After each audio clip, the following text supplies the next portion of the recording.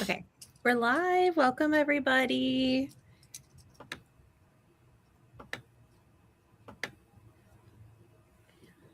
Always got to do our little sharing it. It just needs to be like share and then go straight to like my Instagram, already cute looking and everything. I know, if only. Right? I mean, I know they make apps and stuff where you can like schedule post ahead of time, but yeah, I haven't those. Oh, there we go. Okay. Honestly, I've been taking a social media break, except for YouTube and Pinterest. I feel like those are safe. Okay. But I feel like Instagram and Facebook lately, I just can't be bothered. Yeah, I'm not on Instagram too much. Like, I did post something the other day, but it was like the first time I posted something in a while. But, yeah, I'm not that like I'm doing anything more productive with my time. I just not. Yeah. Okay, we'll take a pic again. There we go. Yeah, I fell victim to doom scrolling way too much. So now I wait until I'm on my computer to check. Oh, okay. So I could check like just my favorite people real quick and then I log off. There you go. So you're just like, I think that's probably the best. Like if you use your phone, you're just on it forever. Yeah. Hello, Josh. I heard you finally got to like get groceries today. Yes. Which is good.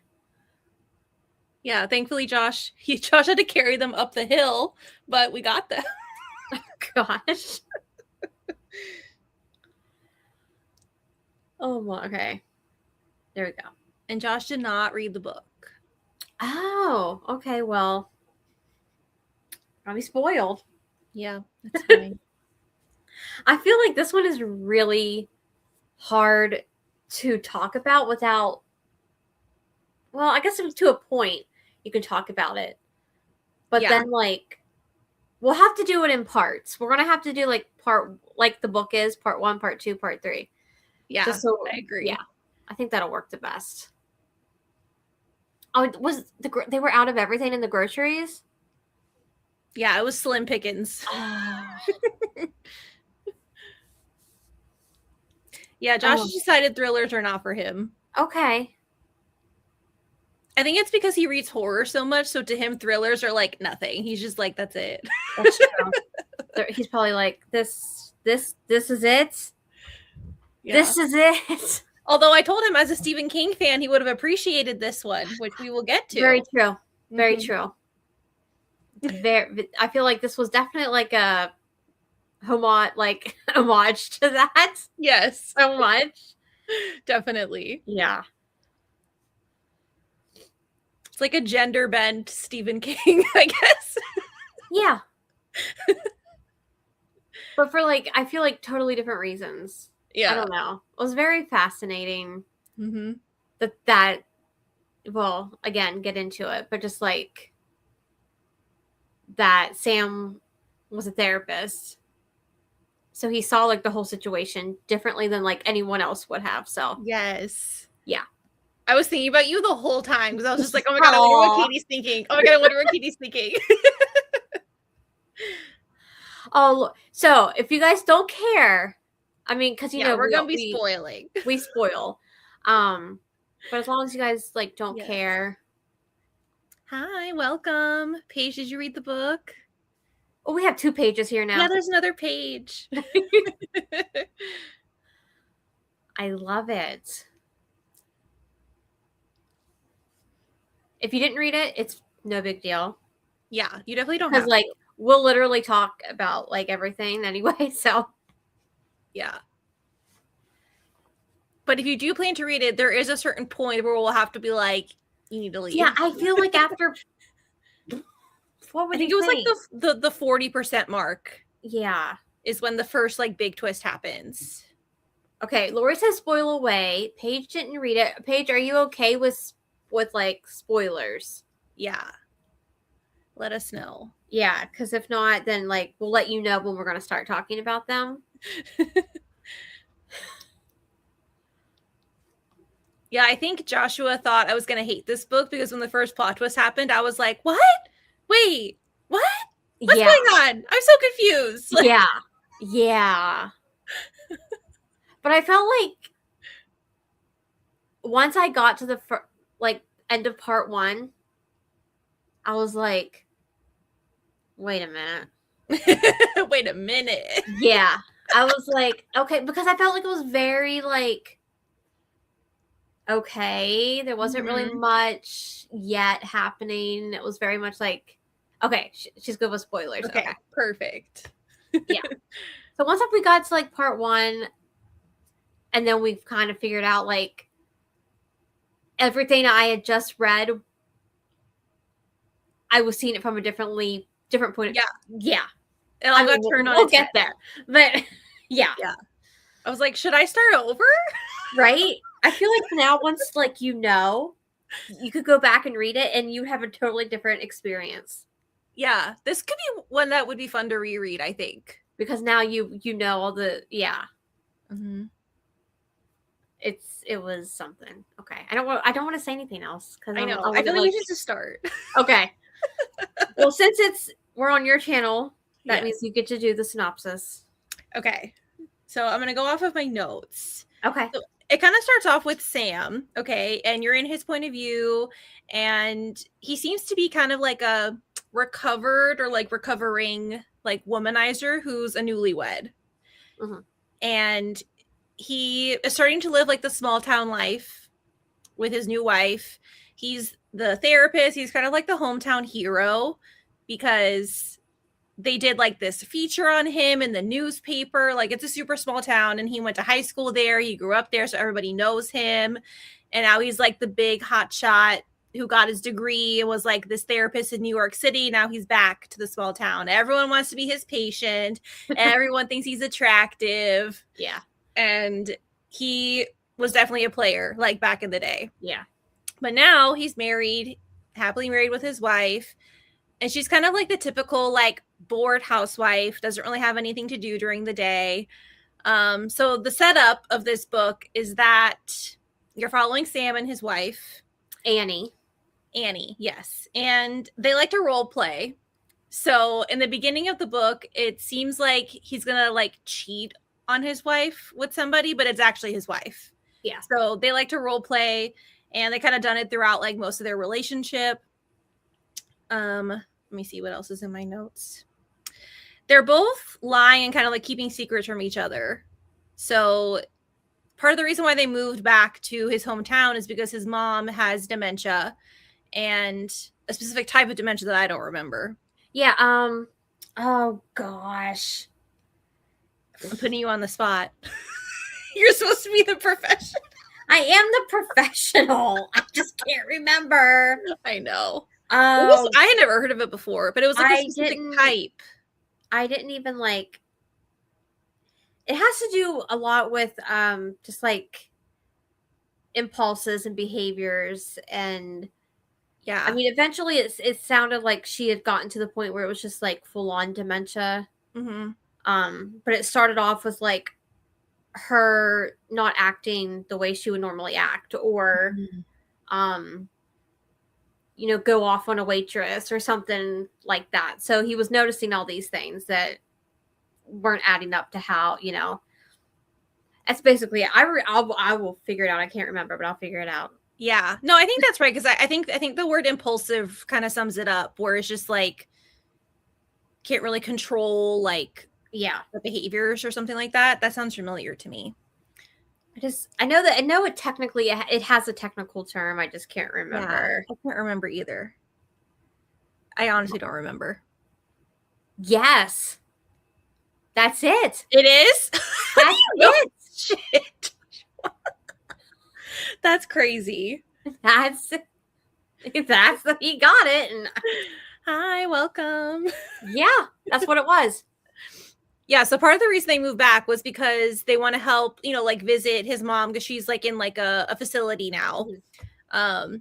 And he lies about going to see her. So he'll be out of the house for that amount of time that he's designated to go visit her, but he's not actually visiting her. And he also is lying about a bunch of credit card debt he has accrued because he's expecting money from his dad. because his dad left his mom back in the day because of an affair he had. Mm-hmm. And he found this letter in his mom's house saying like that she was going to get like $2 million from him, basically. What was it, like a divorce settlement, I think, with because the other woman or something? Yeah, because apparently in the letter, he was stating that he had gotten divorced from her.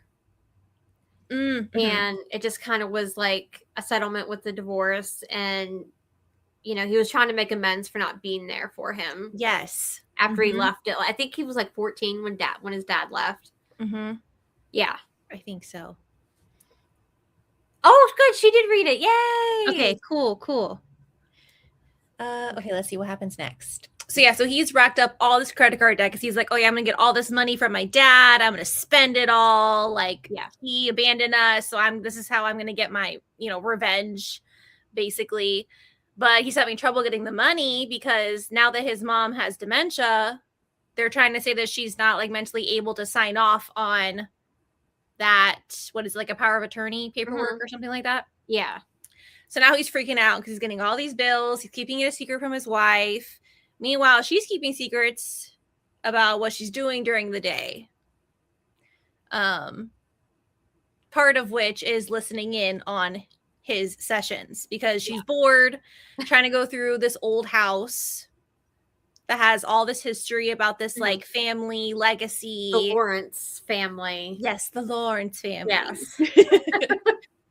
So yeah, that's kind of the setup. I feel like that's all I can say without spoiling. Yes. I think that's anything? Like it's good because it like leads you to like almost the end of part 1. The only thing was in the prologue of the book, it starts off with like we're finding out that he's missing. Sam has been missing. Yes. And they're trying to find him, and then it goes back to I don't remember how many months or weeks earlier to lead up to like why he's gone. But yeah, so we know that he goes missing. We just don't know why or how or any of that stuff. And then that kind of leads to, I guess, the end of part 1, which blew my mind.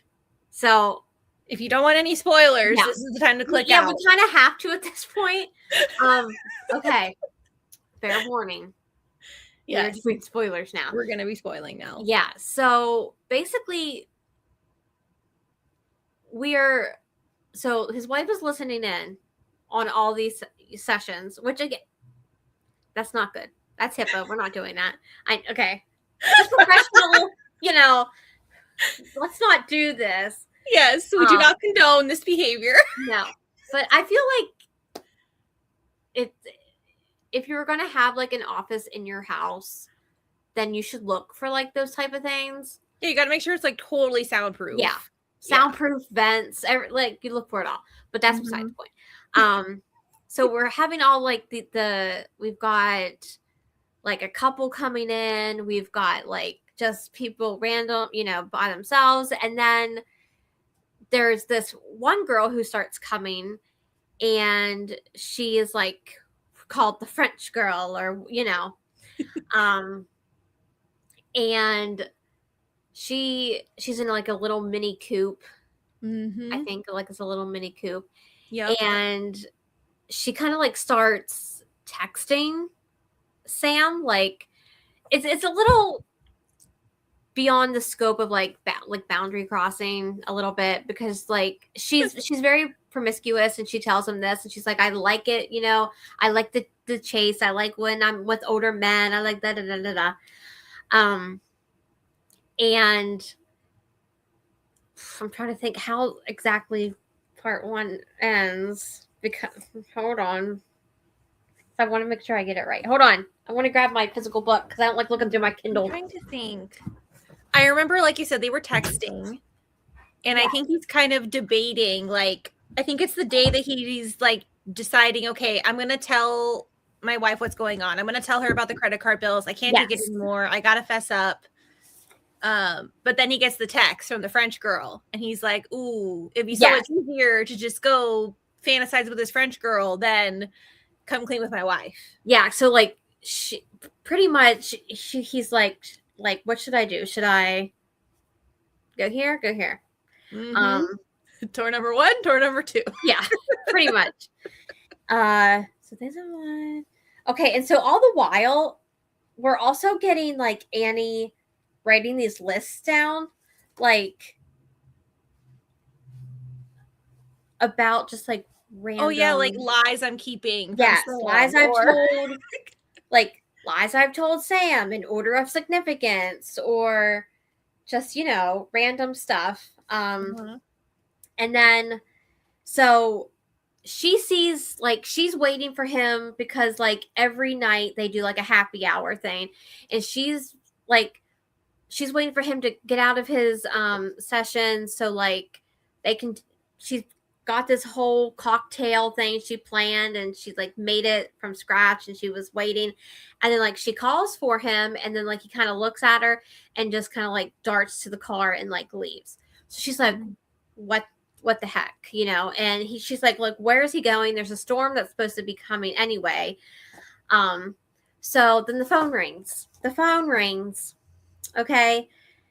I'm just going to read this to you because so the phone rings in my lap. This is Annie talking, startling me, and I check the caller ID. It's a number I don't recognize, some telemarketer or survey taker probably. Someone who's not going to understand that I'm not in the mood to talk. Yes, hello, I say. Oh, good, you're there. It's a woman's voice, relieved. I'm sorry to bother you, but is Sam there? Sam? I grip the phone and sit up straight. Who is this? It's Annie, the woman says. Sam's wife. Dun, dun, dun. And at this point, I went, what the heck? Who's this? Yeah. What of you did I just read? Yeah. And so I had to keep going. I was flabbergasted. So this whole first part, which is 92 pages, you're made to believe that you were reading from Annie's point of view. Like, it was not. Annie is bored at home. Annie like fakes getting a job at the history society thing in town. She's like digging into like the woman who used to live there, that Agatha Lawrence. So she's like digging into everything in the house, trying to find out history, and then listening in on these sessions and like writing notes and like nicknaming them, and then come to find out, no, not his wife. It's not his wife that whole time. We don't know who it is. And then thinking, if you take a step back and like read it, you're like, well, to be fair, does it ever say Annie? No, it doesn't. No. So that's our that's just, I guess, our brains thinking, okay, so you flipped out at that part too. It says page flipped out. I lost it. I felt so stupid. Well, no, because how were we? There's no way you're supposed to know that was not Annie that whole time. Yeah, I was like, wait, did I miss something? Am I just like? But I'm like, no. The blurb on the back of the book says that the wife is the one listening in. Yes, and I was like, okay, I'm supposed to feel confused. Okay, yes. But okay, that reminds me. Where's my okay? So during the first chapter, when like they meet, well, Annie and him, meet in the restaurant, which I'm assuming that part was, yes, because that was from his point of view. Okay, yeah. I'm like, okay. There is a part where they're talking about books, and she goes, he goes, well, why do you like this book or whatever? And she goes, oh, another unreliable female narrator. I'm getting a little tired of the way women are being depicted in fiction right now, to be honest. So then I'm like, well, she just kind of I mean, I guess it could have been like an Easter egg at like, hey, none of this is reliable. What like Yeah, like, is what she I'm making writing fun is of not herself? reliable. But then I'm like, well, maybe like Annie's just not reliable. Maybe this. I'm like, I Yeah. don't know. Oh, it blew my mind. Yeah. I was like, am I gonna have to start this book over? Like, did I miss something? Yeah. I was going crazy. No, I don't think you like necessarily like.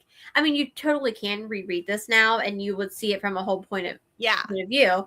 So at that point, we don't know who the person is. No clue. No. But somehow they're listening in on the sessions and doing all this stuff. It just kind of, let's see, Annie. I see. Okay, so and then chapter 17, part 2 starts like right up with that conversation on the phone. Mm-hmm. Yeah. And you find out that it's like a landlord of some kind, because the reason why the wife is calling is because of like she's trying to find the key to his office or something, or like, I don't know. Yeah, or like he didn't come home last night. Mm-hmm. Mm-hmm. So she was worried. So basically, Sam was renting this person's, whoever which we find out to be the landlord. It's their house, and he's running like an office space down below, and they kind of like redid it to make it look, fancy. He went all out, like got heated floors and all this nice stuff. Like, bro, you should have known this is too good to be true. And then like the landlord was like, "Oh no, don't pay rent. It's fine." Like, come on. They were like, "No." I guess at this point we can say it's a guy, right? I don't even remember the man. when we realized that. I don't even know when we kind of realized. It's a while, but I think I know we're not really talking about our reviews yet. Yeah. But that was something that I wrote down, is I love the fact that it was a man. Yeah. And then like getting into the whole psychological part of like why he did it. We'll talk about that. But yes. So like he told Sam, "You can have the place rent free. I just need you to do some things around the house for me." Da, da, da, da. So Sam was like, apparently he really wanted just to pay the rent so he could just like leave. He just wanted to go to work, leave, come home. But the other guy was very adamant about, no, just do the things around and. Did that happen? Yeah, it was like right after the French girl thing that he goes missing. Yes. So the French girl, she started coming, and then the whole texting happened.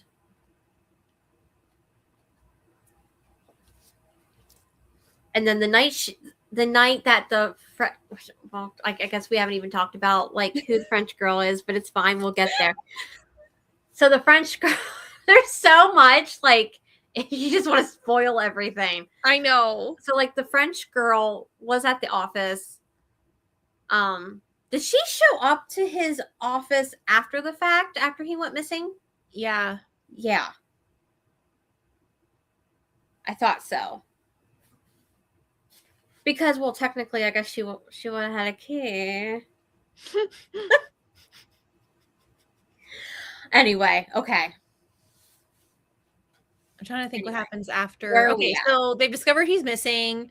They can't get into the office because that was one thing that Sam was kind of adamant about, was that the landlord couldn't have a key because of the confidential information that the office would have. So at least he did that part. Well, he tried. Yeah. The landlord did not have a key. So Annie, the wife, went to the police, reported him missing, whatever. They all just thought he must have gotten into an accident because of the big storm. He shouldn't have been driving in the big storm. So the town did this whole like search party. They were trying to find his car. And of Right, course, at as this the point, investigation goes I still on, don't think we knew it was a man. no, mm-mm. No, because I'm thinking, oh, okay. I'm thinking maybe it's like an old lady or something. Yeah, I thought maybe like the realtor, because he kept talking about the realtor's the one who made him do the article. So I was like, oh, maybe it's the realtor. Yeah. But he kept, like, the person, like, they kept talking about, oh, I might dye my hair to match this Agatha Lawrence, Yeah, with and the her. glasses. Yeah, and the glasses. I don't know why it automatically was like, this is a woman. Mm-hmm.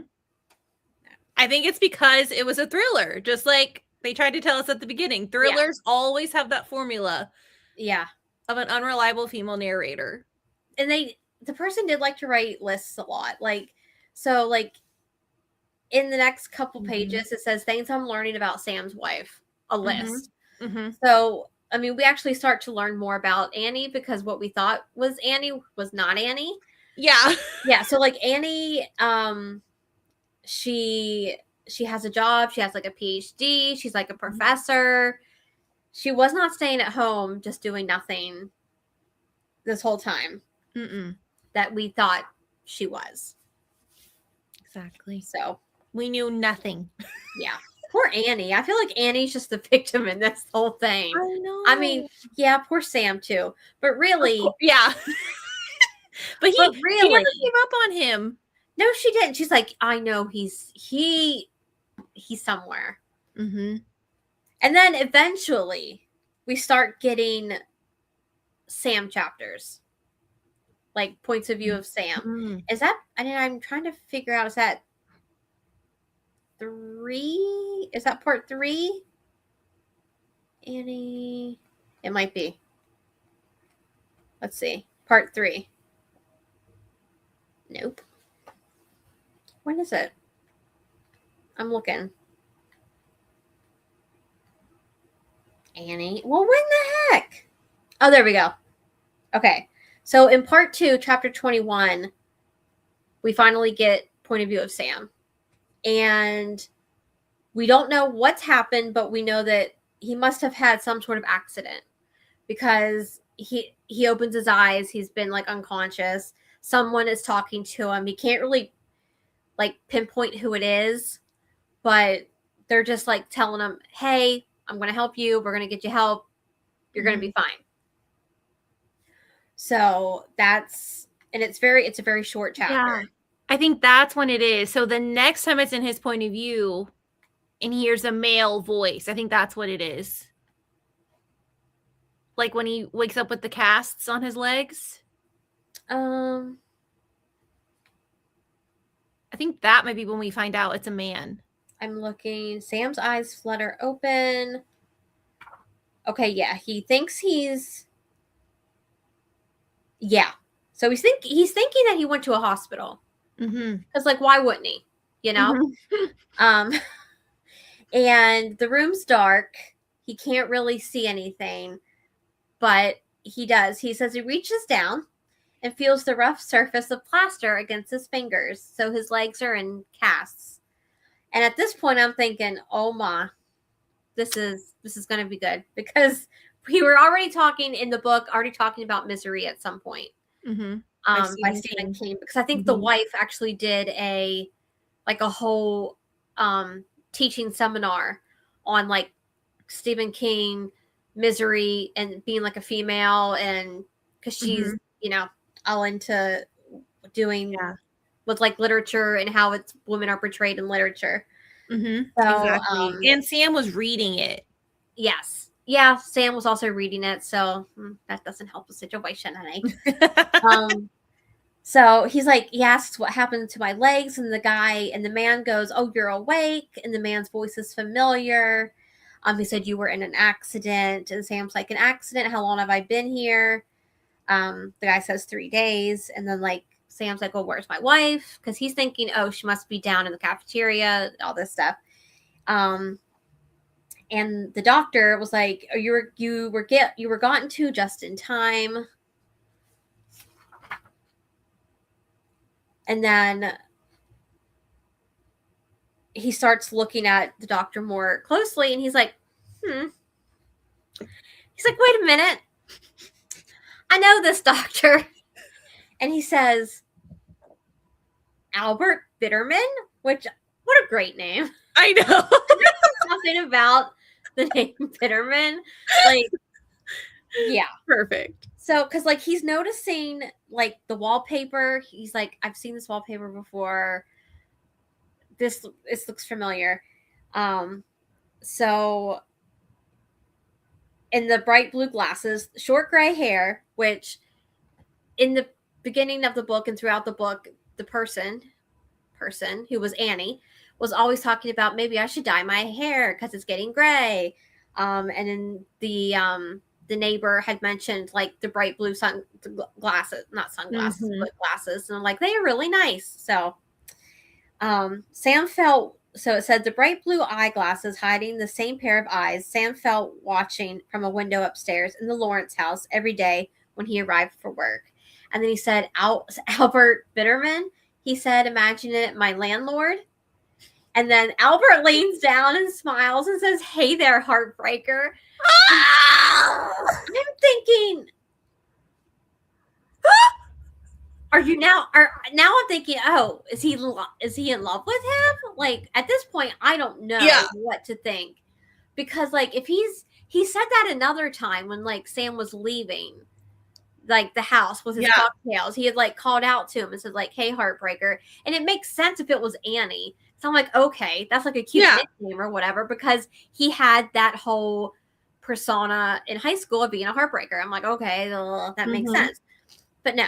No. It was just Albert Bitterman. And then it goes to the next part 3. And that's when we're going to get all the revelations of what the heck. Who is Albert? Who is Albert? Why is Albert? Who is Albert? Which, like, how did Sam not realize that Albert was, like, not okay? Well, look, we're not geniuses, okay? But I think, honestly, he probably did, like, as much time as Albert thinks they spent together. I'm wondering if it was, like, skewed in his brain and they really didn't spend as much time together, like, as he thinks. And, like, for him, like, as we get going and, like, kind of figuring out, Sam, like, kind of figures out what's going on, and, like, he's just sitting there, like, diagnosing, and I'm like, okay, this part is interesting. I like this, you know? Yeah. It kind of makes sense as to why he did what he did. Not justifying it or anything, but I can understand. No. Yeah. Like, but you learned the, his backstory. Yeah. So part 3 opens up with the UPS man dropping off a whole bunch of, like, doctor things for Albert, because he's just going to take care of Sam now. That's his goal. Yeah. Just take care. That's all. And that's what he says. Like, he's like, I just want to take care of you until you're better. Yeah. But I really don't think he was never going to let him go. I really don't believe that for a fact. Well, I'll tell you why I believe it for a fact, because of all, like, the stuff you find out about Sam in this portion. Okay, so I talked a lot about part 2, so you can talk about part 3 if you would like. So part 3, you kind of have, like, 2 storylines going on. So you have Annie's point of view, where she's trying to get the cops to believe her, like, no, because they find the credit card debt, right? So they're like, clearly your husband just left you. Yeah. No. And plus everyone in town knows what his dad did, which was leave the mom and the kid for somebody else. So, like, sorry, babe, he just left you. Yeah. So, like, they believe one of two. No. Yeah, it's like one of 2 things happened. Either, like, he's just gone because he doesn't love you anymore, or he's gone because of the money situation. Like, either way, he's gone. He wasn't kidnapped. He's not missing. He just left.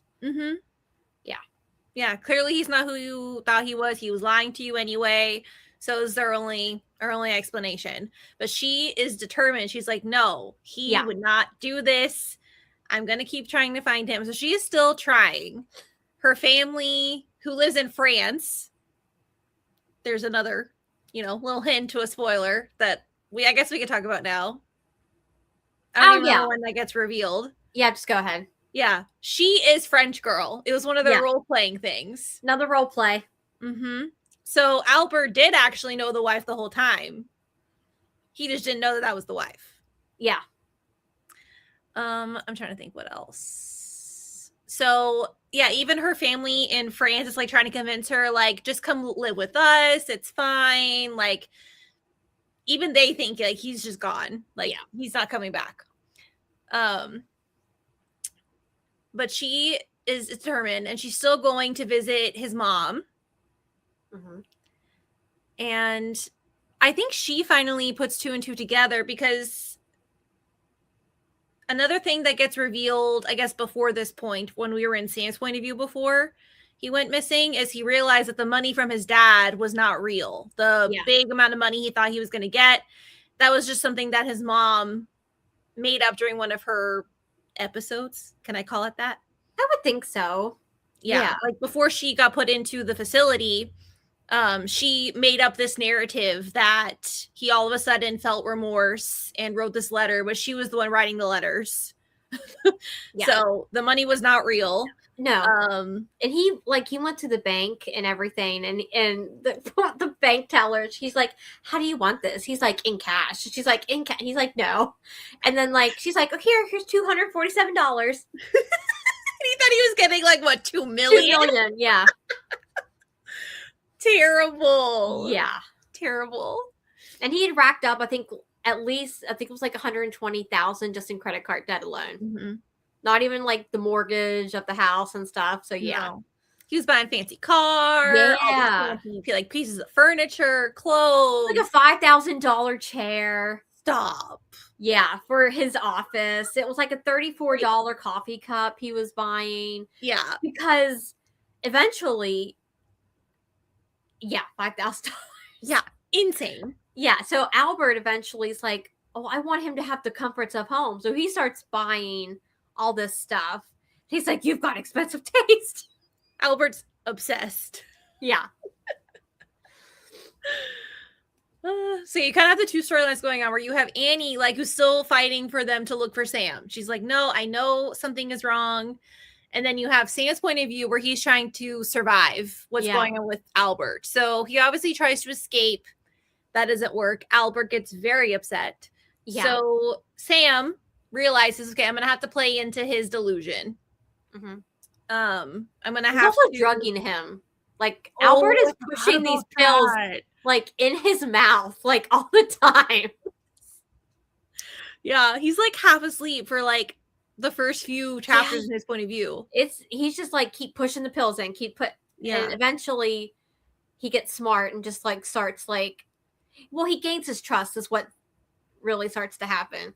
Mm-hmm. And then, like, instead of him like putting the pills in his mouth, he asks for the pills, and then he starts putting them in his, and then he like kind of like cheeks them, and then he like starts taking them out so he can stay awake enough to figure out what he's going to do. Mm-hmm. And he's storing them for later. Yes.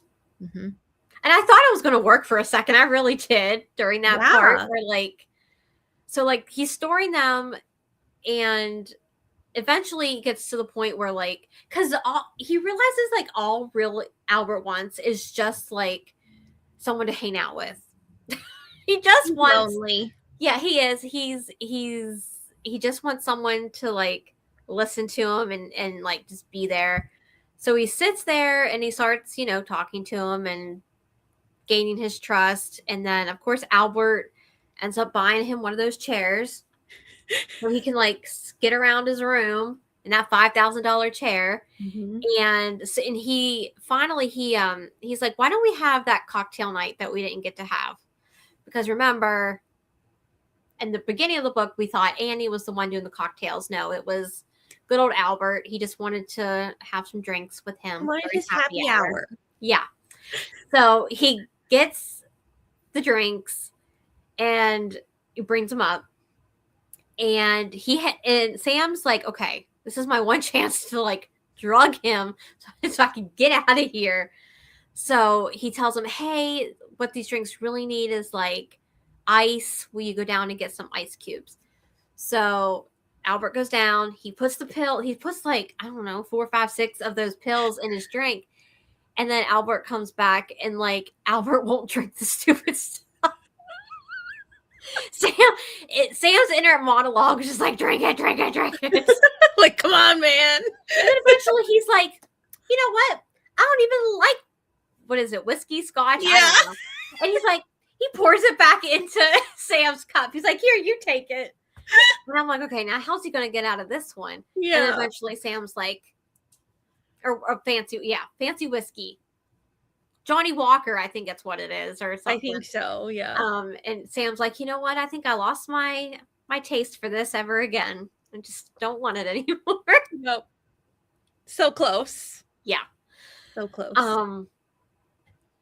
But then after that, it takes a while because like he basically starts having his own therapy sessions with Albert. Yes. Because he learns something. So he thinks he's going to get out. He does technically get out of the house.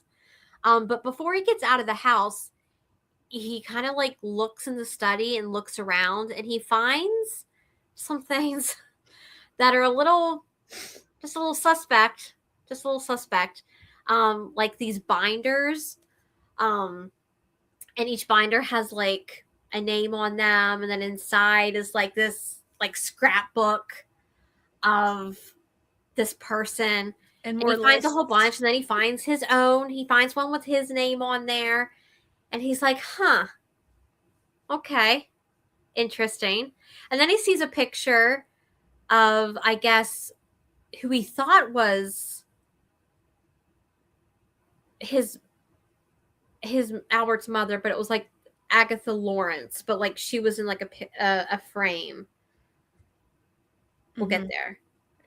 That's why I said like a mother. He thinks it's his mother, but you know. Okay. I don't want to say anything. I'm like, we're spoiling, but we're not spoiling yet. And so he gets out. He is like crawling like on his elbows across the street to get to the neighbor window. Like, yeah, like he just trying. And then guess who happens to come by with his car? Albert. And then he hits him over the head with the cans that he has to make his Salisbury steak because he's like, I'm going home making some more steak. Albert's, oh my gosh. And then he hits him over the head, takes him back inside. It is actually a lot happens so much in this short book. Yeah. To be completely honest, once you get like past part 1, it just kind of just like went. Yeah. So he gets back in there and finally, I think he puts them like in the closet. Mm-hmm. And then that's when he finds all the boxes of like the Lawrence house and the letters. And he starts using his therapist brain. And he's like, hold on. I think I know what's going on here. So he makes like this fake profile of a client. And he asks him to come in because he's like, hey, I think you did really well when you were listening to the sessions before. You kind of have a knack for this. And I need some help coming up with like a diagnosis for this client. It's like an old client. I don't think I did well, you know. So he's like, you want my help? And yeah, just take it, Albert. Go and do, you know. So Albert goes and he reads it and he brings it back. And can't remember what Albert thinks is wrong with the person. I need to look. No. Yeah, isn't it like what was it? Like abandonment or like attachment, something? Yeah, I thought, okay, there's the beautiful, I'm gonna find it. Nope. Same cut. Okay. Got it. Okay. Yeah. So Albert So Albert goes, I wholeheartedly agree with the diagnosis you came to regarding this patient, which was, I'm trying to think what Sam originally, I didn't put it here. What we're looking at is a textbook case of an adult with an attachment disorder. In fact, I would be a bit more specific and say that he has many of the qualities of an anxious, preoccupied adult. And then Sam's like, really? Oh, good, because he's like, whew, I got the diagnosis, right? And he's like, well, walk me through it, from the beginning. Tell me why you think this person has this diagnosis. Because Sam's so smart like that, Mm-hmm. And Albert kind of goes into the whole, it says, as you know, because of an infant's inability to survive on its own, every child is, okay. This is a bunch of psychology stuff. So if you didn't already have like psychology or anything like that, you get a little bit of like what attachment theory is and like kind of like I developmental found it really fascinating. Yeah. So it kind of goes into that. And then I can't remember the exact like wording Sam put in the notes of the client, but he said something because Sam's like, oh wait, well actually it wasn't this, it was actually his mom died at like, yeah, I think he originally typed something like the mom died when the patient was a baby, but then he was like, oh, actually the patient was 14 yes. or something like that. Oh, here it is. Okay. It says mother died in childbirth and he was left with an emotionally distant father who rarely showed him attention, let alone affection. And then Sam goes, he's like, oh, did I do that? And then he goes, oh, wait, he goes, I got it wrong. The patient's mother didn't die in childbirth. And then Albert said she didn't. And then he said, no, she lived until she was 67. Rather, she was forced to give him up for adoption when he was 6 days old to a couple in Wayne, Indiana. And by this time, you're kind of putting two and two together. Her name was Agatha Lawrence, and she was your biological mother. So, pretty much, Albert had found out through letters. I would assume, like through. Well, no, it was, I guess, the lawyer called him and was like, hey, your mother, but he didn't know because we didn't even get into the whole fact that his dad growing up was terrible to him, and like he was very much, don't show emotions, you can't show emotions, boys can't show emotions, you can't cry. That was his dad. His dad was just a piece of crap. The worst. Yeah, I didn't even talk about that because I didn't even think it was relevant, but I guess it is now that we're talking about his whole backstory. So he gets a call from some lawyers stating, hey, would you come to here? We have some important, information. So he does. And that's when he finds out that he was actually adopted. And Agatha Lawrence, this woman that we've been talking about this whole book, this red-headed lady who lived in this house, was actually his mother.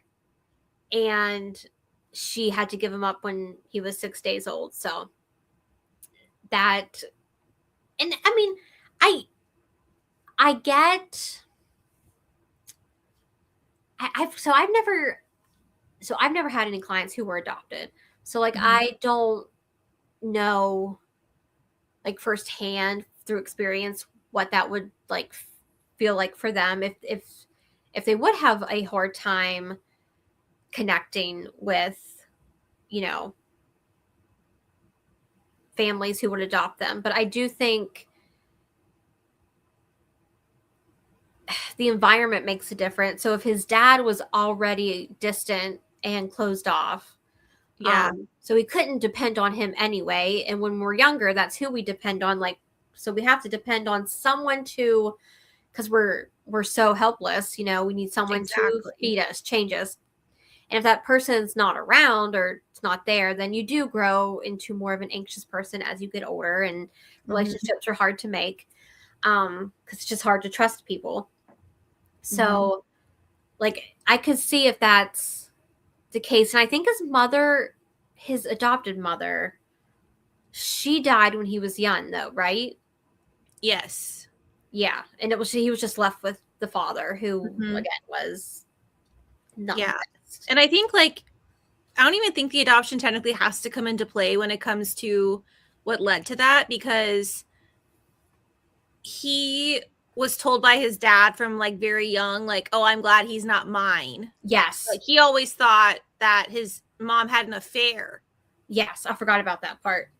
Yeah. So even though he didn't know he was adopted, his dad would still say things like that. So I Yeah, think because he was only 6 days old when he got adopted. yeah. So he wouldn't know anything about Yeah. that. Um. So yeah, I mean, and I thought it said something about like, and Sam says something in the book about like, even though you were only 6 days old, it's still in here. And I think he was just saying that more for like Albert's sake, Yeah, I was wondering that too. because I'm like, there's no way. technically you don't start forming memories until you're about 3 or 4. Yeah. So you wouldn't, but I guess maybe the whole like, because like when babies are first born, they do the whole like skin to skin, and like that's important. True. So Yeah. like maybe that's kind of like what he meant. Mm-hmm. That's Um, true. but so that whole revelation happens. So Yeah. we finally figure out just like, okay, why this house? What was the whole ordeal with Agatha? Just kind of Mhm. where'd she play into this? Um, and then good old Annie. Annie decides that, you know what, she's going to go to the. She decides to go over to his house, right? Mm-hmm. Yeah. Well, I think she puts two and two together because she is visiting his mom and finds out like there was this volunteer that's been spending a lot of time with her. Yes. And she was like, who is this volunteer? Why have I never heard of this volunteer before? Because people think it's her son. Like that's Yes. how often he's there. So she's like, Yeah. that's weird. Gosh. And what got me was when she was there, like in the middle of the book, and the lady comes up and she's like, "Will you give your son back his dauber? It's like leaking everywhere, like his bingo Yes. dauber." And then it clicked there because I'm like, "Oh, that wasn't her son. That was Albert." Because all Albert does is review things on Amazon. Didn't even get into that. He's like top 10 reviewers Yeah. in the nation or whatever. And I remember that he had reviewed those stupid bingo daubers. Yes. So that was like that clicked in like the middle of the book. That's so true. Because when else do people talk about those things? No, right? It's not a coincidence. Okay, yeah. So he says, um, Albert says she was the most fascinating woman I've ever met, or never met, I should say. And then Sam says, but you did meet her. You were together for 6 days. And then Albert says, yes, but I don't remember those days. And Sam says, not consciously, but that experience is still there inside you. 6 days in your mother's arms. So I guess that's, he was just, Mm-hmm. which is true. It might not help him feel that much better, but Yeah. at least, I'm trying to get to the point where she comes. Oh, yeah. Okay. So he does more therapy. He's doing another therapy session here with good old Albert, and he talks about how like he couldn't really express how he felt, so a lot of the times it turned to rage inside. um he said so he said, but you did feel things, didn't you, Albert, like sadness? And he said, yeah. And when you weren't allowed to feel those, he goes, it would turn to rage. So yeah. And he says, yes, that's right, rage. And you still feel it sometimes, don't you? And then he says, yes. And then he goes, like the night of the storm and your decision to attack me. So basically, you learn that Sam had left the house and he kind of saw Albert standing there on the porch, but he just kind of left. He was like, I'm not going to worry about it. I'm going home. And Albert got really angry that he just like bypassed him. And he had forgotten something in his office, Sam did. So he went back. And as he was leaving his office, he turned around and there was Albert with a shovel. And he just got so upset. And instead of like learning to emotional regulation, we just decided to hit people over the head with shovels. Yeah, and kidnap them. And kidnap him. And put him upstairs. Yeah. And pretend that his legs are broken. Right. Poor guy. You're fine. Like, I wonder if he would have tried to walk on them. Like, I've never walked in a cast, but he probably could have done it. Maybe. Like, maybe, I don't know. Like, for him, he thinks, oh, my legs are broken, so I can't even put, like, weight on them. But I'm just wondering, like, if he would have done it, like, would it have hurt? I don't know. I don't know. I think he probably could have. He just wouldn't have been able to like bend his knees. Yeah, well, we can waddle ourselves out of here. Okay, I'm trying to see how this. I'm trying to figure it out. Okay, yeah. So, Lori, are you sure this book is like? Yes. Yeah, I'm up to page 274. We're almost there. You learned so much. There's so much in this book, and it's so short. Yeah, the pacing is great. It's less than 300 pages. Yeah, I read this in like maybe 2 sittings. Yeah, it's like once it, like I said, like part 1 is the slowest. Yeah, because we're just like, it's everyday stuff with Annie. So like, she's listening in, she's going here, she's going there, we think it's she, and it's just very mundane every day. But as soon as you got to that last part where it was like, that's not Annie's wife. You're like, who the heck is it? Yeah. And then from then on, it just kind of goes. Yeah. So finally, Annie gets to Mr. Bitterman's house. So now Annie is here. She's in the waiting room downstairs. We are getting there, people. She's meant to be going to France because at this point she has decided, I'm just going to go stay with family. I think it's the best thing for me until we figure out what's going on. So she went back to his office, and I can't remember how she figured it out, but she goes, the guy Sam rented from was listening to Sam's sessions. Right. I remember now.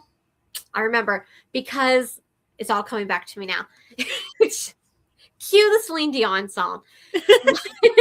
The newspaper, the reporter had said there was a tip that came in that Sam was having an affair, and they figured it wasn't real because they could never find the woman.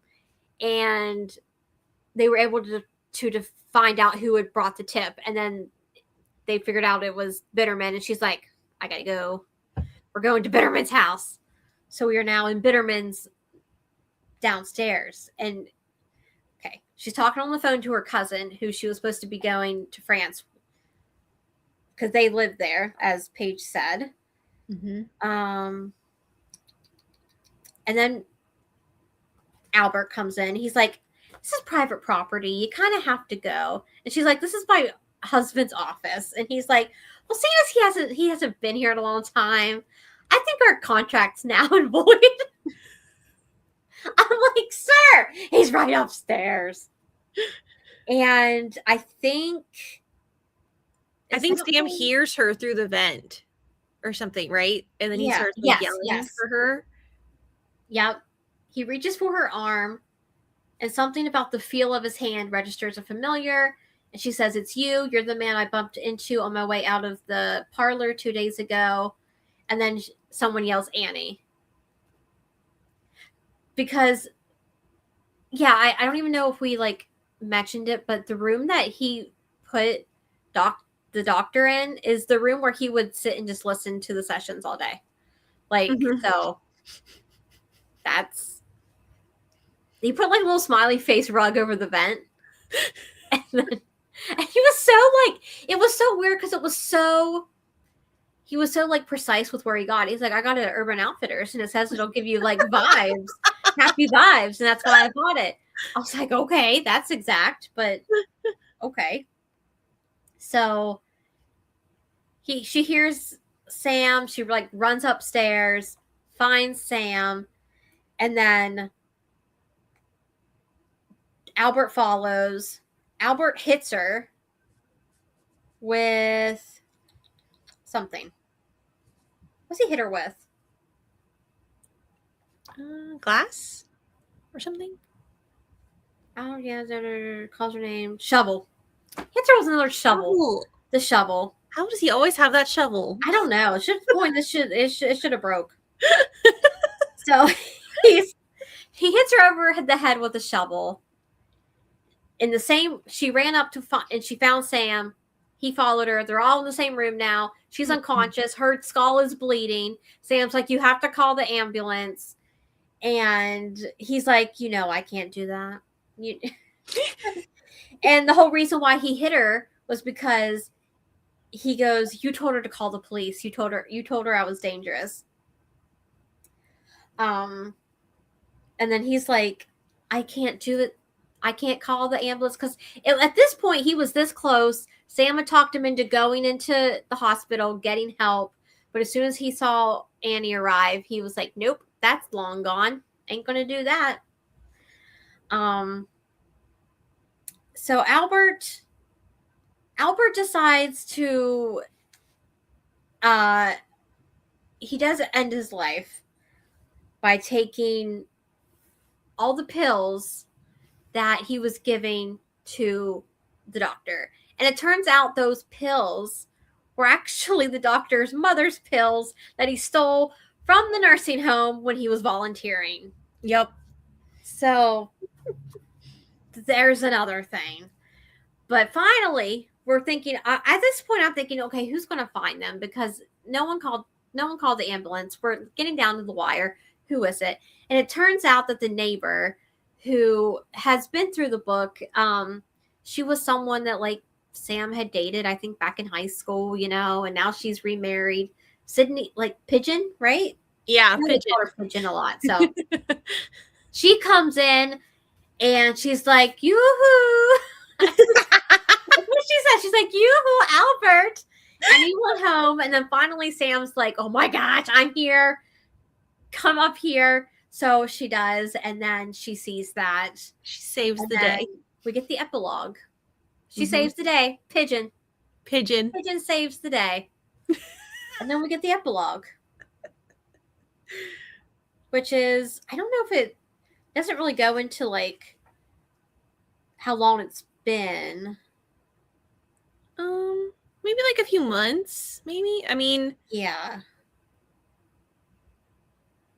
I think Does it say? Annie ends up being about to have a kid, right? She's pregnant.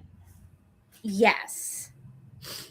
So he's at his mom's room at the nursing home, and he's kind of thinking back. Oh, 6 months. That's what it was. Because the tabloids got a hold of it. And now Sydney Pigeon is the neighbor who called 911. She's like this big hero now. Oh, Lori's like, I bet Katie gave this 5 stars. I haven't said my rating yet. And I haven't decided yet either. That's just who I am. Lori clocked it. So, they did the whole story, the monster of Chestnut Hill, he's probably going to go down in infamy. But what he did not know was that Albert was like, had money. Albert was rich because Agatha had a lot of money. And she just left him everything. Family. Mm-hmm. So he was paying off all of the debt. Like as he had him kidnapped, he was still paying off all the debt that Sam had accumulated. We love a billionaire. Right? We love when they throw the Captive. Oh my god. No. There's so many tropes. We love a captor-captive story. Don't forget, this also could be a workplace romance and all that good stuff. Yep. Workplace romance, forced proximity. Forced proximity. Yep, the kidnapping. Caretaker. And, yeah, he's a little obsessive, possessive. A little unhinged. Who wrote this? Was it S.J. Tilly? Oh my. Okay. Yep. Checks all the boxes. Yeah. No wonder we liked it, you know? Yeah. But he did end up like donating to the nursing home and paying for her room and board for the next 30 years. So that was nice. Like Albert, I don't think was a bad guy. I think he just needed help. He did need help. And he was going to go. But Dame Annie, she got there too quick. And now he's not going to get the help. Yeah. He's so close. So, okay, where does she take him? She takes him somewhere. Oh, right. So the book ends with, because we didn't even talk about the whole thing. The book ends with Annie taking him to like the baseball, like kind of Hall of Fame place. Oh yeah. Get his bat signed. The day that his father met the woman that he left his mother for, he took him to a baseball game to get his baseball signed by Cal Ripken Jr. But that never happened because he was too afraid to leave his dad alone because he was afraid that his dad would cheat on his mom. So he stayed in a seat instead of going and getting his bat signed by like his hero. So his wife takes him and he finally gets to meet him. And he asks, do you want it addressed to you? And he goes, no, I want it addressed to my kid. They're due in 2 months. And he says, well, good luck. Hope he's a ball player. I think it's Quinn. Yeah. Sign it to Quinn. And he goes, and Cal goes, good luck. Hope he's a ball player. And he said, thanks, but it's a she, and she'll be whatever she wants. Yes. And then it kind of ends. I love this because it all comes back again to like fiction. And it says, it's until they've left the parking lot that he's able to speak. We're going to be okay. He asks, his eyes out the window. Yes, we are, she says. How do you know? And she says, because it's how all good stories work out with a happy ending. And I was like, you know what? Sure. Even the thrillers can have happy endings. I don't mind. Yes. We're romance readers. We can go with a happy ending. Exactly. Oh. See? Yeah. Just Morley Gray. He just was messed up. Yeah. But that's the gist. 290 pages. Yeah. It's crazy. No, like, it, seriously, it's not, you would seem impossible, but it all happened. And there's stuff we didn't even talk about. No, we totally went bypass the whole, like, when he calls his dad and finds out his dad never wrote the letter, and like the whole story of the baseball, and like Cal Ripken, and Albert used to be like a home care nurse person, and he did this right, with like that's how we know people. He had like a restraining order against you guys. We didn't even say everything. That's how he knows how to like fix wounds, because he was at we totally bypassed that part. There's so much. And and one of the people that he was working for, their sons were like, this is weird. I'm getting a restraining order, which he had like in the little booklet because it was a souvenir. I don't know how she wrote. I don't even know how I remembered all that in 290 pages. It's insane, you guys. But you know what? I have to admit, I think it was pretty good. I gave it a 5-star. Okay, you gave it 5. Okay. I did. I didn't want to be like biased and be like, I'm giving it a 5-star because it had like therapy in it, you know? But like, honestly, no, I loved it. The twist got me. And if you can get me with the twist and it wasn't a brother. It wasn't the brother. You know what? Yes. 5 Yeah. star. Yeah. Now every thriller has to be a 5 star this year. I'm not going to accept anything less. I know, right? Is this going to be like our Dom? Like nothing will compare to like. Yeah. And honestly, I think it is because like I know we were kind of making fun of like, you know, True. the romance tropes, but honestly, like I love how it was really also showing how strong the marriage was between Sam and Annie, which I loved. Which is funny because they had not been married that long. No. 13 weeks. And that was it. They didn't know each other that long before they got married either. Yeah. He was just like, everyone was like, why are you doing it by week? And he's like, we celebrate weekly. Yeah. Which is cute. Why not? Loved You know. it. But yeah, so like some people were like, why, especially I guess with Annie, they're like, why are you, you don't even know him. Like her family was like, you don't even know him. You don't know him that well. And she's like, I know him enough to know that he wouldn't just leave. Yeah. This is a He hadn't left. He hadn't left the town. He was still there. Oh, we didn't even talk about like why they never found his car. Oh, the storage unit. Oh my God. They were looking for his car the whole book because they're like, if he was in an accident, we'll find the car. We're not going to find the car because good old Albert took it to a storage unit and stuck it in a storage unit. Yeah, and dressed up as Sam. Yes. So that on the security cage, it would look like Sam did it. Yeah. And I think that's when they kind of stop looking for him, the cops, because they find that. Yeah. And they're like, okay, he just doesn't want to be found. He left his car here. But Annie's like, no, there's something else. Yeah. Yeah, so a lot happens in this book. You see, you can still read it and you'll probably learn more new stuff. Yeah, there's stuff we missed. There's just so much. Yeah. Yeah. And we could reread this, I think. Because now that whole first 40% is going to be totally different now that you know it's not actually Annie. Yeah. It's Albert. Yeah. It was really well done. It was. I've never read anything else by her before, so like I was nervous. I'm like, how is she going to write? But hey, you picked it. But it was on your shelf. Yeah, well, yeah. So that's true. You picked it. But you picked it. So like I'm just glad that it's a book off my shelf now. Yay. Yay for me. I still have a whole bunch of thrillers. That's okay.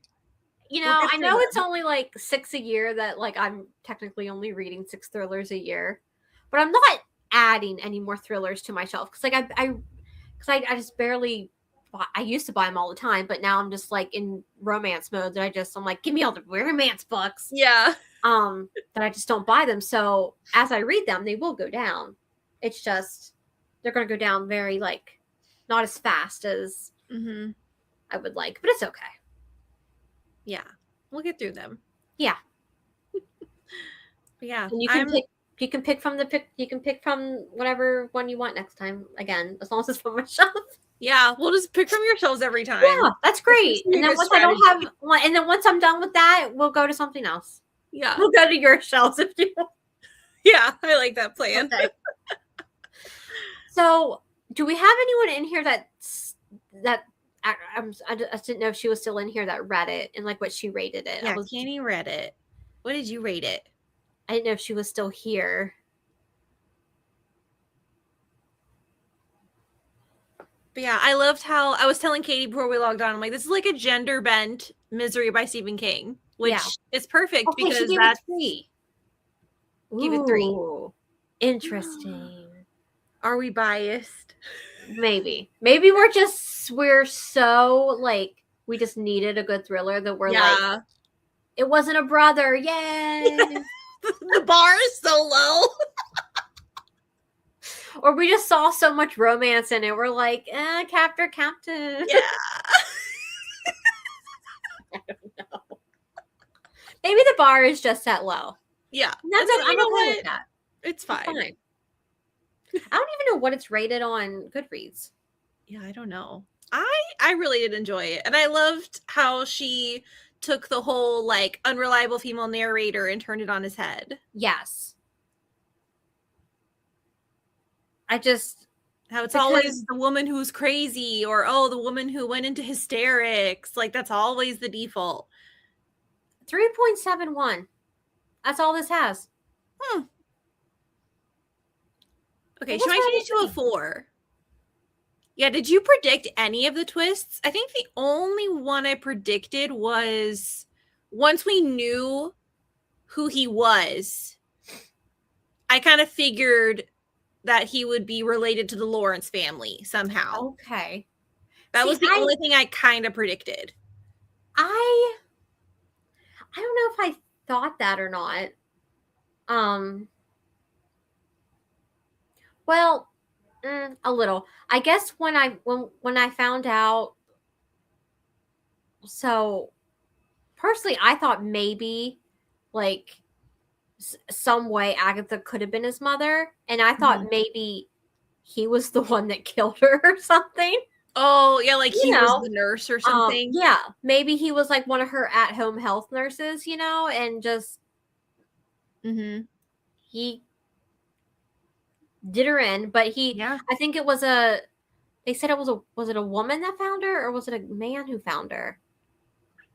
I think there was a part about that, like Yeah, where the UPS driver was like, "Oh yeah, the housekeeper, she blah blah blah," and he's like, "It was a he was man." very adamant it was a man. So I'm like, okay, was it you? Like, Yeah, what's the but that he didn't part? know till after, so that was Yeah. So hmm. I don't know why. Yeah, that just I guess that was just something we're not supposed to think about. But Yeah, I don't know. all in all, I still enjoyed it. Yeah, I had a good time. Yeah, I don't think any of the twists. I was just like, okay, She got me. yeah, yes, yes, she did. Okay, I guess I have to go in and rate my book. Yeah, I'm totally going with 5. I think so too. Like, I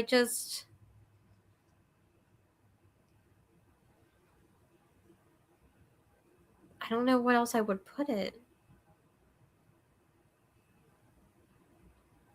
I'm reading like these 4. Let's see. She has another book. I don't know if I own it or not. Yeah, I do. What is it? Oh, wait, do I? Is that? Oh, my eyes suck. Hold on. Wait, I need to use my camera and zoom in. You don't think I? Oh, wait. Okay, there it is. Okay. Hold on. I gotta stand up. Hold on. Wait, where'd it go? There it is. Over. The Perfect Mother. That's also by her? Yeah. What's it I just had to zoom in. It's fine. I can't. My eyes stopped. Okay, I'm giving it a 5. No one can change my mind. I'm going with my gut. Yeah. Let's see. The Perfect. Oh, that's my big old thumbs. Oh my gosh, my thumbs. Perfect Mother. There it is. This one has a 3.53. Oh no. An addictive psychological thriller about a group of women whose lives become unexpectedly connected when one of their newborns goes missing. Oh. Hmm. That says nothing. No. This is what it looks like. Oh, it's not on Kindle Unlimited. The Kindle version is $14. Excuse me. Ew. That's outrageous. That's crazy. Nah. A 6-week-old baby is kidnapped during a mom's night out. 3 friends launch their own investigation. I don't know. It's not giving me the same vibe. And it's not a short, so. Yeah. It's not Kindle Unlimited. It's, yeah. I'm sure not going to pay $15 for it. Are you kidding That's me? what determines if we read books. Oh, the vibe's not there. She hasn't written much else, I don't think. Mm-mm. She did like a nonfiction book, but Man. does everyone want to know what we're gonna read next month? Eh? I'm excited, but I'm also scared. Okay. Yeah. So this is a newish release. It came out in October. And I asked Paige, I was like, well, actually, I think Paige had like put it on one of like my book calls, like, hey, we should do it like for book club or something. And so I was like, when she messaged me, she was like, do you know what we should do for next month? And I was like, what about that book that you thought of? And she was like, perfect. Okay, so we're gonna try our hand at some Dark Cowboy again. I'm so scared. Okay, we can only go up. Fingers crossed. We are gonna read Branded. Okay. It can't get worse. You know what? I feel like I have trust in Saffron. I've read one of her books before. Okay, so see, I haven't. Okay. I'm trusting. Book 2 comes out in, I don't know, September, another October one. Oh, okay. So I'll read the back here. It says, it all began with letters. Every word he wrote etched itself into my soul. I had no choice but to fall for him. Was it really so bad that the letters were part of a pen pal program for prisoners? Or that they weren't addressed to me? It's not as if we'd ever meet. It's not as if I'd ever get to look into Beau's eyes, which yearned for the ranch he left behind. Or that I'd ever get to feel his work-roughened hands dominating my body, just as he does my fevered dreams. What harm could there be? Until one afternoon when I find myself standing in front of Beau, pretending to be someone I'm not. But the joke's on me because for all my pretenses, his deception is much crueler. The hardened, dangerous, impossibly beautiful man is nothing like the man in the letters, and it's too late for me to run. Please check the content warnings inside before reading. Ooh. Don't mind if I do. Let me just check these content warnings, okay? Here we go. Excited. The contents of this dark romance book may be triggering to some readers. It contains explicit sexual content and morally gray hero. Here's a complete list of triggers. All right. We have false identities, stalking/obsession. Love it. Revenge, retribution, abduction, drugging, blackmail or coercion, forced marriage. See, that should not be a trigger. That should be just like, I guess it could be a trigger for some people. My bad. I guess because it's forced instead of like arranged or like. At this point, I've been single so long, I'll take forced marriage. Violence, bondage, knife play, gunplay, dubious consent, non-consent, off the page domestic abuse set in the past, off the page murder set in the past, parental grief. Oh, that's it. So. Ooh, Paige already read it, and she liked it. Oh, that's a good sign. Good. Okay. Hopefully that page will like it too. Yes. So this will be your first book by this author then. Yeah. Okay. I read it was like book 4 in her like St. Mary's Rebels series. It was called Hey There, Hey Mr. Marshall. It was like a ward and guardian romance.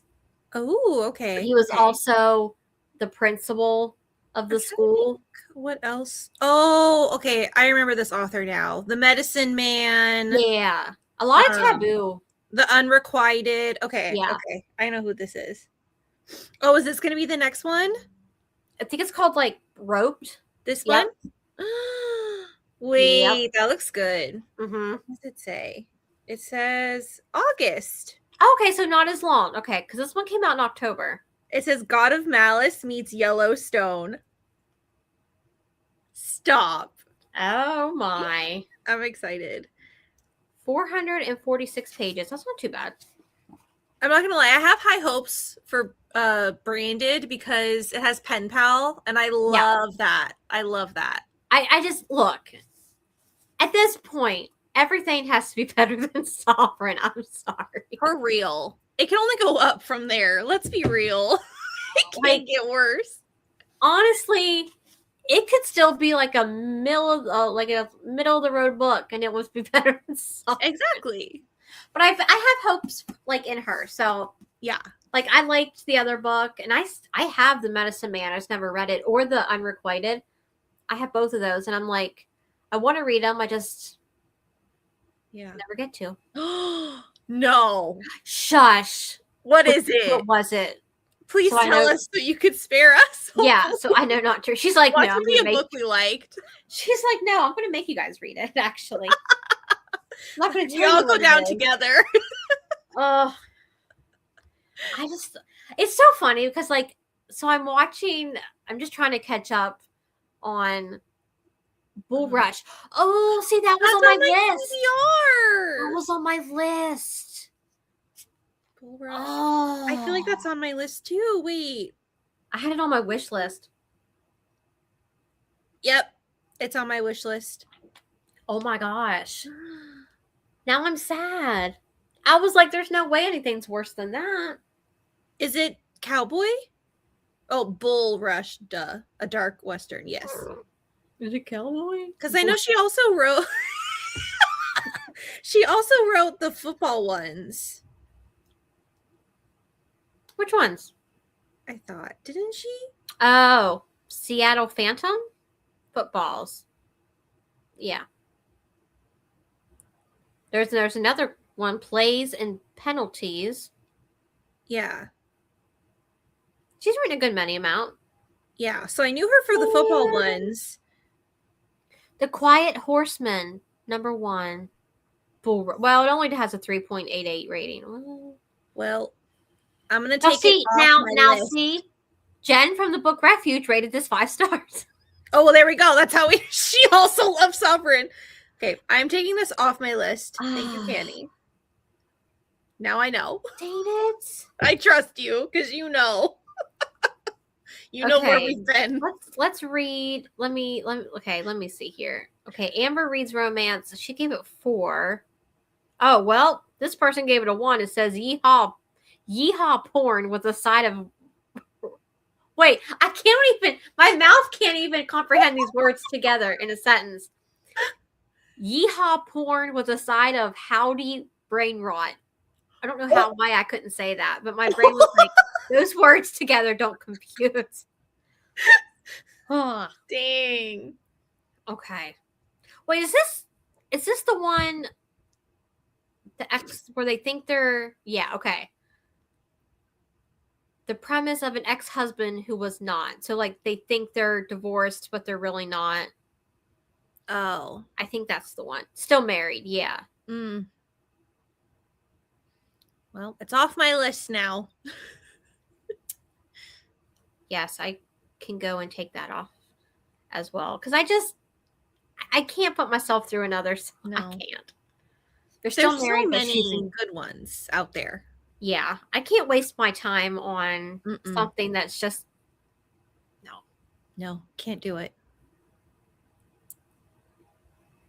They're still married, but she's engaged to someone else. So see, that sounds like it could be really good. Like someone who's like a really good writer write that.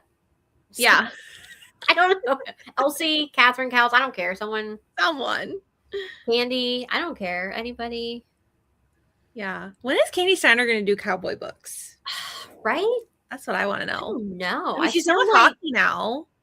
Yeah. She's coming out with that one this year called, what is it, like Love Overboard or something? Oh, yeah. The ship one. Yeah. But I feel like maybe, I almost feel like if she would have done Cowboy, she would have done it already. I didn't have to a certain point because I was like, nope, I'm not doing this. Yeah, never again. Oh, see, is it just like... Yeah, someone could totally do that and do it well. Yeah, I think so. Mm-hmm. But like... Someone needs to get on that. There was something about Sovereign, it was just...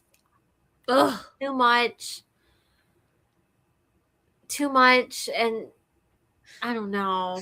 At this point, try to block it from my memory. But every time I'm watching a Jen video and she brings it up, I'm like, Jen, No. stop. Stop it. No. But yeah, I have a good feeling about Branded. I I do. do too.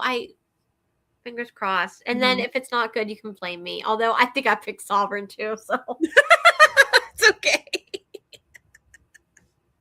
I'm just trying to find a good dark cowboy romance, okay? Yes. There has to be some. I know there are.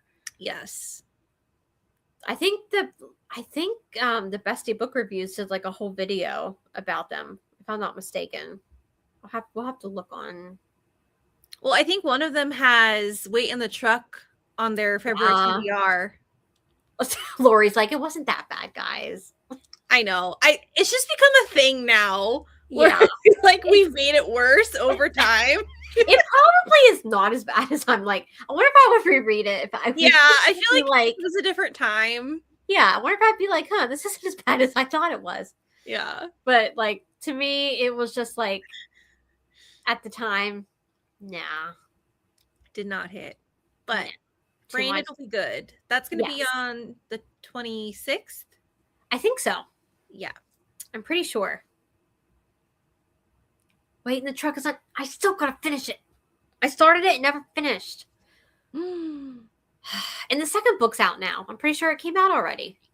Yeah, I never read it either. I had it on my Kindle for so long, but it's still on my Kindle. I've exchanged it for something else at this point. I don't even know what is on my Kindle. Well, this book was on my Kindle, so I can take that off now. Woohoo! I have room for something else. Currently, I am reading my sister's pick from my TBR. So I'm reading A Twisted Arrangement. I think that one actually sounded fun. I'm pretty sure it's A Twisted Arrangement.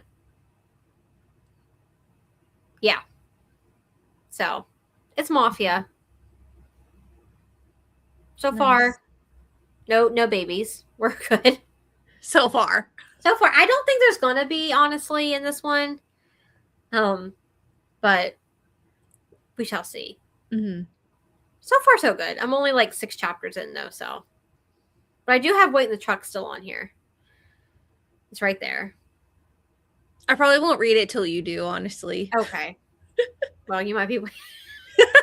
I don't know if that's good or not, because you've waited a while. That's okay. No, I still have to do my, guess I'll film my TBR tomorrow. I gotta. Oh, for February? Yeah.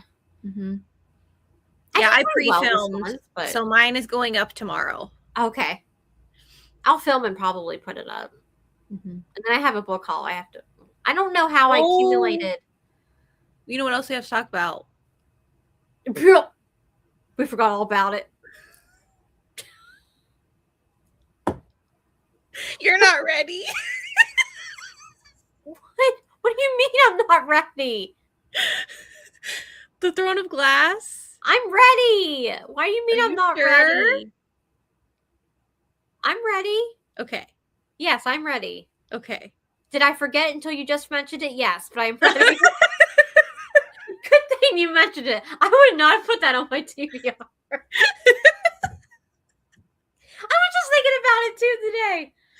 And I was thinking, why something was bugging at me because I'm like, I need to write something down for my TBR tomorrow, but like I normally don't have anything to write down unless it's a book. And I'm like, I know there's something else I need to write down. Yeah, that will be that one. You're right. Yep. Okay. I'm going to let you talk about it because you're the one that set it all up.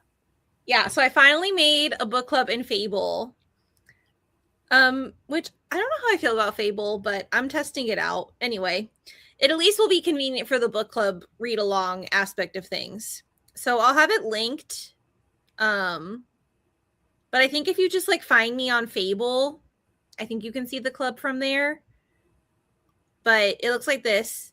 I just titled it TOG All Year Read Along. And it just showed like me and Katie as the moderators. Yep. So this is going to last all year. And obviously there's a lot of like talk about what order to read Throne of Glass in. We're going to go with the one that I saw most recommended by people like us who like the angsty, emotional romance. Okay, yeah. That's what we're here for. We're not going to read them in chronological order because Assassin's Blade is like a prequel collection of novellas, but we're not reading those first. We're going to save those until after we read the first 3 books, because I read that is what gives it the most like emotional impact. Mm-hmm. So I think that'll be the best for us with like the kinds of readers that we are. Hey, I'm trusting you. I'm just going with it. I'm like, okay, she did her research, so yeah. It's more close to like the publication order. So like if you look up when the books were originally published, like back in the day, yeah, that's kind of the order we're following.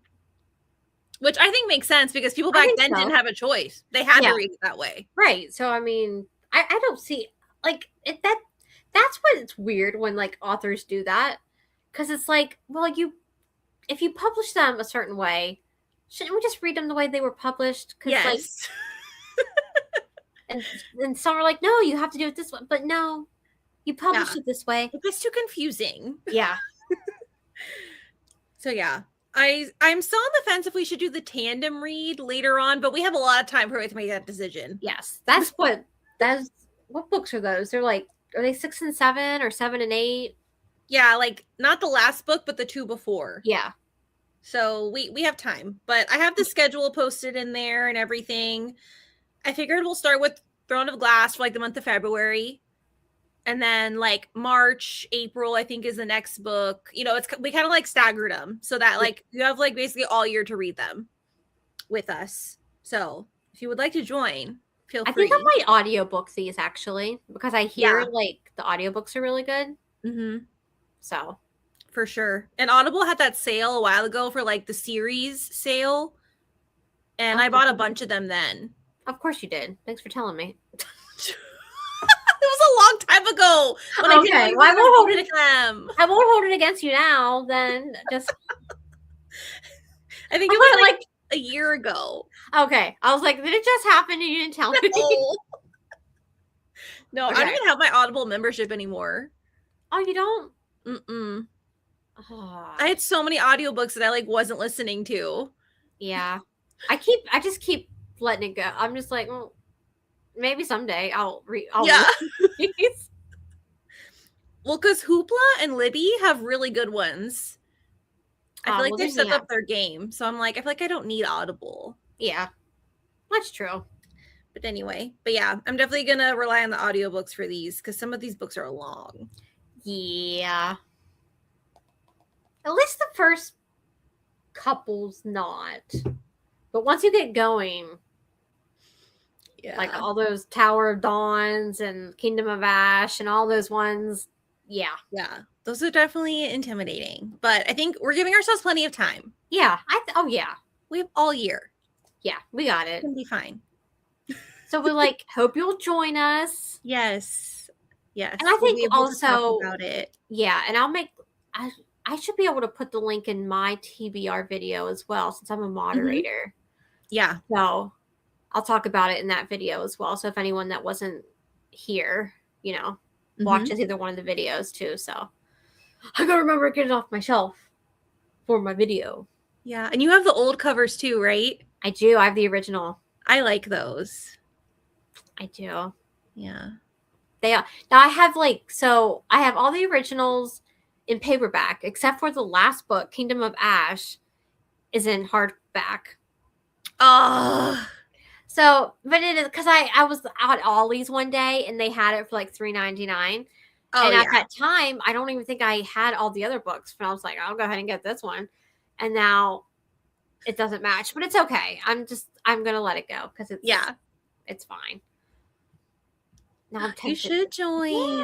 Yeah. Whether you guys have read it or not, because I'm also curious to see points of views from people who have read it before and maybe gonna like reread it. I think that's what Amanda's doing, right? I think so, Amanda already read them. Yeah. So yeah, I'm intrigued. Yeah, this is gonna be totally new. But I'm glad because like I have not read a Sarah book in so long. Mm-hmm. And who knows when we're gonna get another one, so well, I know that one draft is finished for that book 6 of A Court of Thorns and Roses. I know it is. When we'll get it, I don't know. Whose book it is, I don't know. But it could be Elaine's, could be Lucian's, could be Azriel's. Who knows? I hope it's Asriel.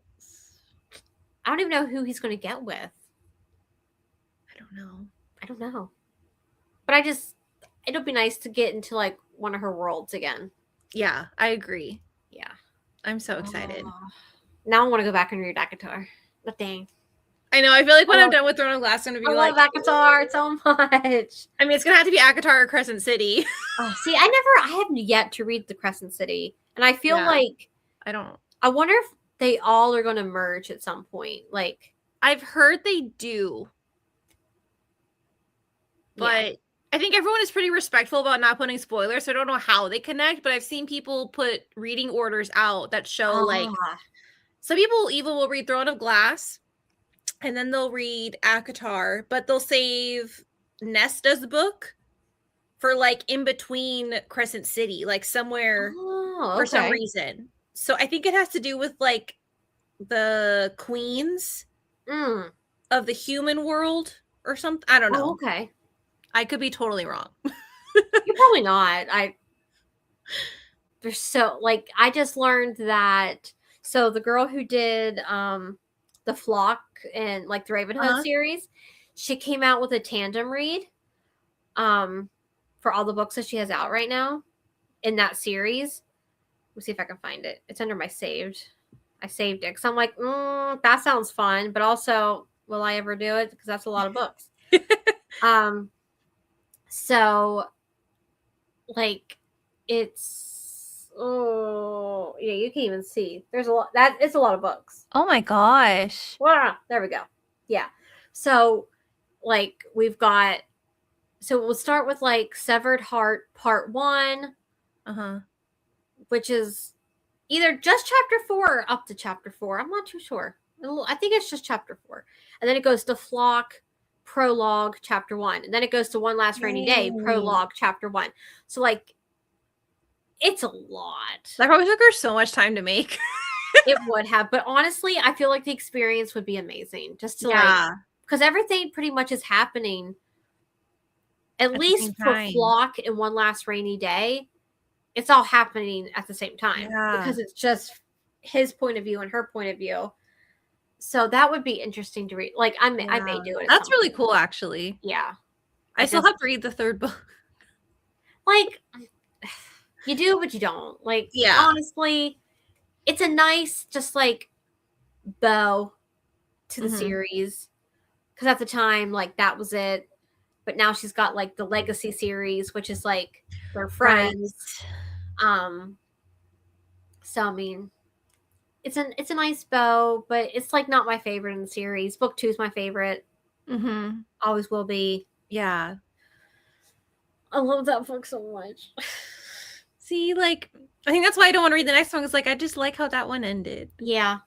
But, like, the way the book ended, you could just, like, not read book 3 and it would still be fine. Because, like, they're still together.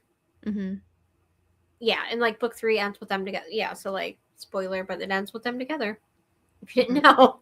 In a romance. I listened. I actually listened to the books. Because so Joe Arden does all 3 voices. And then Maxine, what's her last name? Oh, Mitchell? She does the voice. Are they married? I don't think so. I think Joe Arden they just do a lot of like work together. That's why I was like wondering. I think Joe Arden is single, but I could be wrong. Okay. It's also confusing because they all have so many different names. I'm not looking anyone up anymore because it ruined my life. Yeah. Once you look. Ruins the fantasy every time. Oh, they are married. Okay. I thought I read that. Well, that makes okay, I'm not getting into it. Never mind. That makes all the stuff I've heard about him even worse. Yeah, I know. But like his voice and just, I can't help it. He's such a good narrator. He is. Yeah, especially with those. I had no idea. I feel like that changes everything. Why do I feel like he also did? No, was that Teddy? Now I need to look up who did the voice for Hills of Shiver. Have you read Hills of Shivers and Shadows? Mm-mm. I need you to read that book. But there's 3 of them and they're all so long. I know, but you can just read the first one. That's all I've read. No, Katie, do you know how many series I'm in the middle of? Me too. I just let it go at this point. It'll have I'm in the middle of like 70. Okay, well, I haven't checked this year, but last year it was like, I'll tell you how many I was in the middle of last year. I still have my book. 48. Oh, this could have been back in 2023, actually. I can't start any new one. I can't. Oh, wait, I can take one off because I finished Alliance. But how many new ones are you going to add? Probably, to be fair.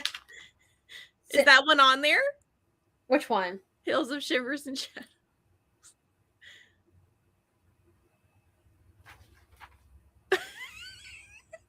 No. No. Joshua, why are you calling me out? It's not that many. Look, she's fine. I think it's like 70. Where's my book, Hills of Shiver and Shadows? Oh, maybe because I already finished it. No, it should still be here. I'm going to find it. I just want to know who. There it is. It details. Okay, no, he didn't do it. It was Jack Esperis. Anyway, he did really well too because there's like 3 different. Four. Well, there's 4 guys. Oh, and he does all of them? He does all of them, and then Stella Hunter is the girl. That's really good. But like each one's different. You would think different guys doing each, but you can read it. It's good. Just read the first one. I can't start anything now. Fine. I'm already starting Throne of Glass. That's new. But you can also like Branded is a series, which I didn't know, but now I do. We only got 1 book in it. It's technically a standalone right now. Bad influence. It's just one little 500-600 page book.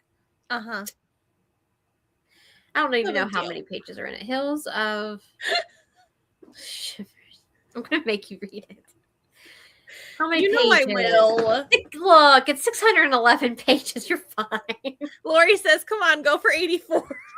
It's so good.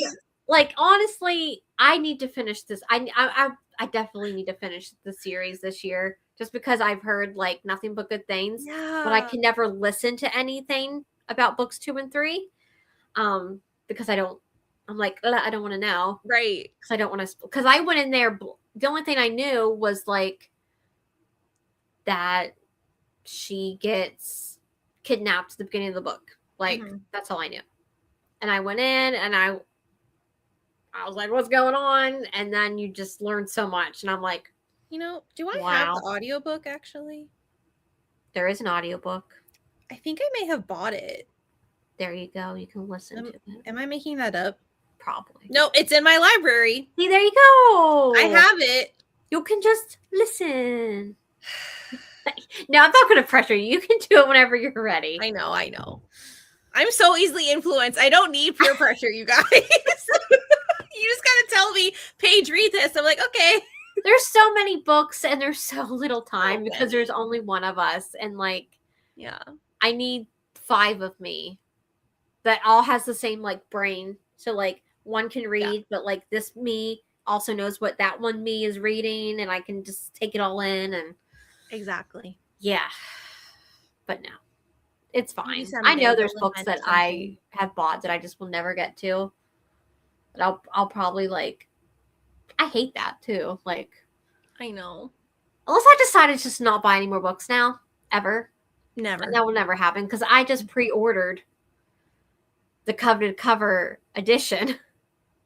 I saw that. Of that trilogy. Because I'm like, it's too beautiful not to I have to have it. Pretty.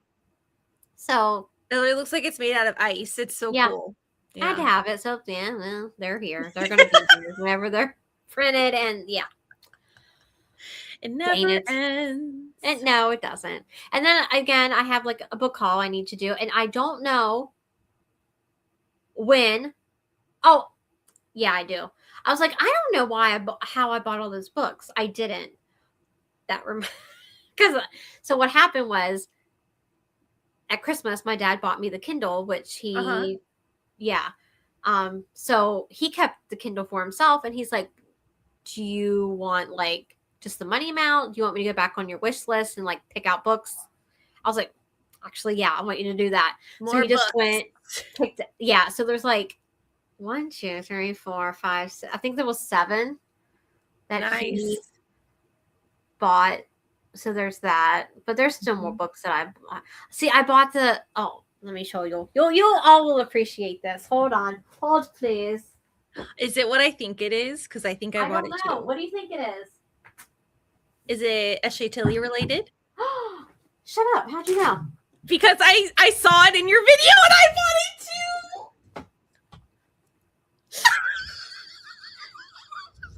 too. Isn't it gorgeous? I love it. You guys, we can't say no. No, I now have 3 copies of this book. See, this is my first copy, at least. No, you don't have the indie covers? Only of Dom. I only bought Dom. Why? I don't know. Why? Anyway. Well, I'm going to have 3 covers of every one of those books because I'm crazy like that. We love them. It's just so pretty. How did you see this in my video? I haven't hauled it yet. I went to Barnes & Noble and I allowed myself to buy 1 book. Okay. And I was like, okay, I'm going to buy something I've already read because I don't want to like add new things, right? So I bought this and Josh is like, oh, you should show it to Katie. I'm like, she probably already has it. And then we literally go home and you uploaded a video and I saw it sitting in your stack. Oh. I'm like, you see, she already has it. I'm like, I did not do a haul yet. How did you know? I saw it in your stack. I'm like, I knew it. Yeah. I pre-ordered him. And yeah, it's so just pretty. Like, honestly, it's so nice. Like just the foiling, everything. And then each and every single one will be. I can't wait. Yeah. But I have the indie covers. I have the Mystic covers. And I have this covered. And I think Pink comes out in February. Yes. Yeah, see, I have they're just dang it. She can have all my money. It's fine. Literally. This book will never get opened, by the way. It's going to stay nice and crisp because I will never, if I will reread the books, I'll probably read them on Kindle. Because, one, I don't want to ruin my indie covers because I can't get them anymore. I don't ever read my Mystic books because I don't want to ruin them. And I'm not going to, no, I am not creasing this. You're nuts if you think. It's a work of art. It is. Honestly.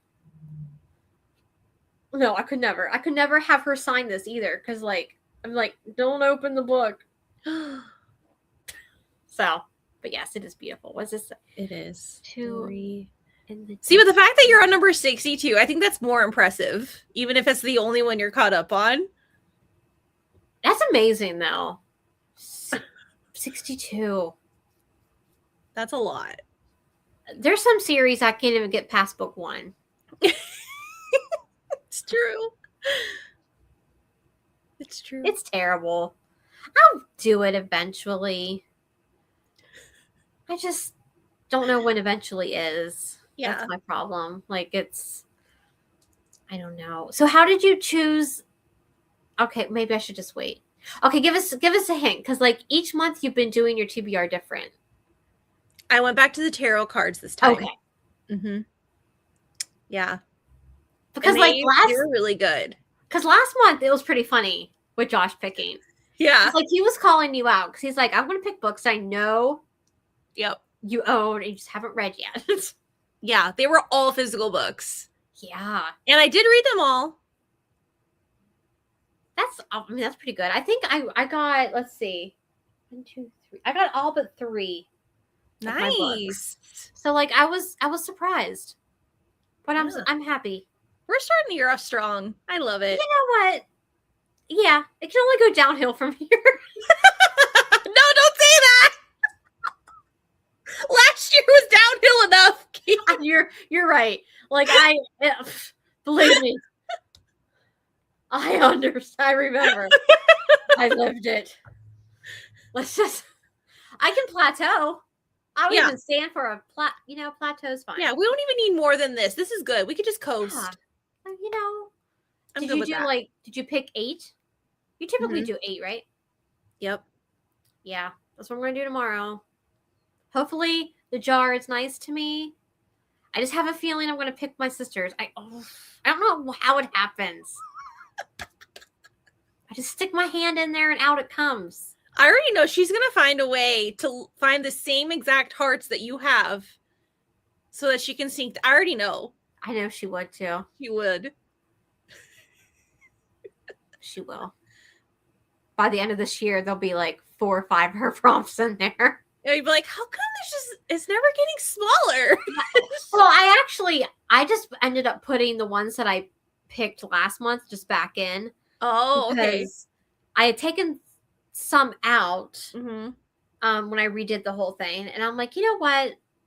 I'm just gonna let it. I'm just gonna put them back in, and whatever happens this year happens. Yeah. So if I pick like the same prompt this month that I had last month, okay, I'll just pick a different book. Just kind of.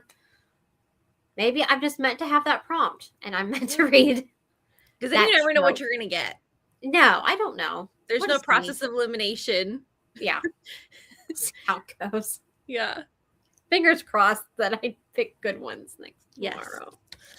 The jar will be on your side. I could feel it. Yeah. Well, thank you. Because I have no confidence. It's fine.